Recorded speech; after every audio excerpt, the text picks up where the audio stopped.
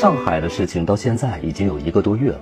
我不是上海人，但我是人，我能以人类的情感感受到上海人此刻的遭遇，我和此刻的上海人没有区别。这1个月里有几个问题让我越来越困惑，我想把它们问出来。如果有人知道答案，请告诉我，感谢。我最困惑的一个问题是，封城期间我们被告知说坚持就是胜利，我想问，坚持就是胜利是谁的胜利？这个问题我想不到答案，是上海人的胜利吗？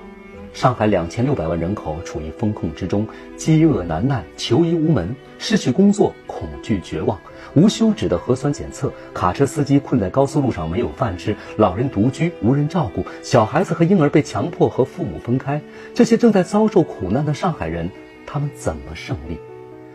有个5岁的孩子，爸爸癌症发作，本来治疗一下就好，因为核酸结果没有出来，在等待中离世。离世2个小时后得到了核酸阴性的结果。我不知道胜利属于谁，但永远不属于他了。他5岁的儿子永远失去了爸爸，他的妻子永远失去了丈夫，他的父母也永远失去了儿子，胜利也不会属于他们了。这个破碎的家庭和胜利再也没有任何关系了。这样破碎的家庭还有多少个我不知道，但我知道他们永远不会胜利了。如果不是上海人的胜利，会是全国其他地方的胜利吗？上海是中国经济最发达的城市，拥有世界上最繁忙的港口，和全国以及全球都有供应链。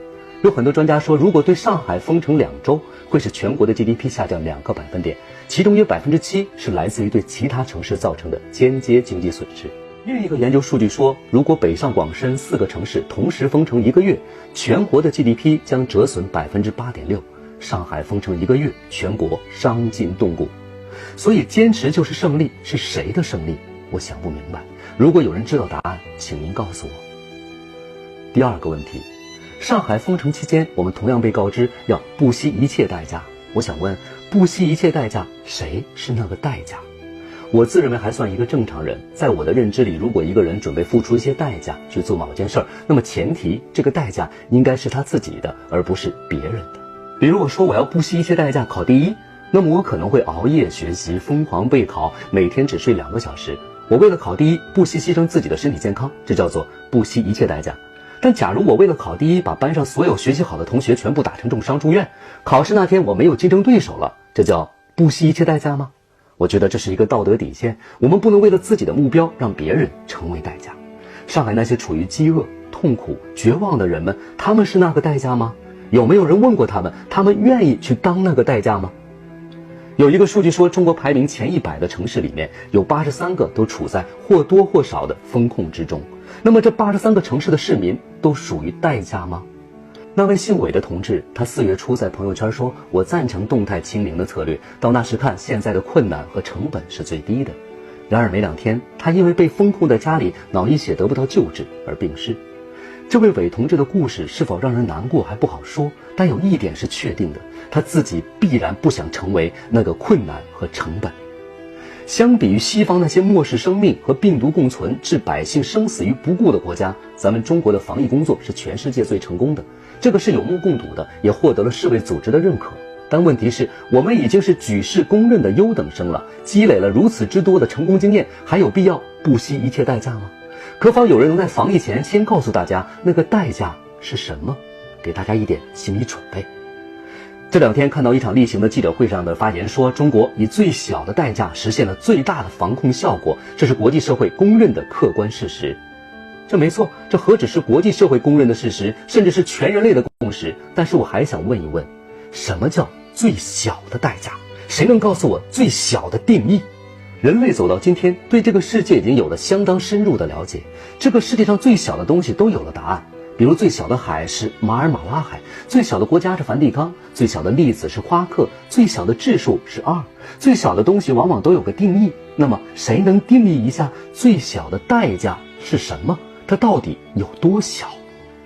有一个医院的护士哮喘发作，却不能在自己的医院得到救治，最终去世，这个代价算大还是小？有一个孕妇被迫在汽车里隔离了6天，致使她肚子里的孩子没有了动静，这个代价算大还是小？还有另一个孕妇怀孕8个月大出血，往返医院核酸检测前后12个小时没有得到救治，最终1尸2命，这个代价算大还是小？上海在正常时期平均每天有74万门诊和7000台手术，封城1个月，这个代价算大还是小？我不知道，如果有人知道答案，请您告诉我。第3个问题，封城开始时我们被告知这样做的原因是保护民众利益，民众的利益高于一切。对于这个说法，我举双手表示赞成。咱们中国是世界上唯一一个把人民利益摆在第一位的国家，这一点没人否认。别的国家党派林立，乱象丛生，唯利是图，只有咱们中国是完完全全为人民服务，不拿群众一针一线。可是我只想问一下，民众的利益高于一切这句话里，民众的利益具体是什么？民众的利益包括哪些？民众的头发、眼睛、喉咙、肚子属于他们的利益吗？如果民众的头发愁白了，眼睛哭肿了，喉咙喊破了，肚子饿扁了，算不算民众的利益受到了损害？有很多其他疾病的患者得不到及时救治，他们没有感染新冠，却因新冠而死，这算不算民众的利益受到损害？明明要求减少密切聚集，可是又要求天天排队做核酸，徒增传染的风险，这算不算民众的利益受到了损害？我不知道，从来没有人告诉过我。我不断被告知人民利益至上，但没有人告诉过我什么是人民的利益。如果有人知道答案，请您告诉我。第4个问题，这1个月里有很多真切记录的文章都看不到了，有很多文章是上海本地人写的亲身经历，没有谩骂，没有抱怨，没有指责，只是记录了自己的遭遇，就都看不到了。点进去就是感叹号，说是违反相关的法律法规。我想问，相关法律法规具体是指什么？众所周知，咱们中国是全世界法治建设最成功的国家之一，而且和蔼可亲的华女士以及慈眉善目的赵先生也多次向全世界表示，中国14亿人每个人都拥有在网上表达的权利。对于这一点我是深信不疑，正是因为我们拥有全世界最宽松最包容的言论环境，我们才会感到生在种花家实属三生有幸，应该偷着乐。所以我想问一句，这些消失的文章，他们具体是违反了哪一条法律？是哪一部法的第几条？可否援引一条具体的法律法规，让大家明白？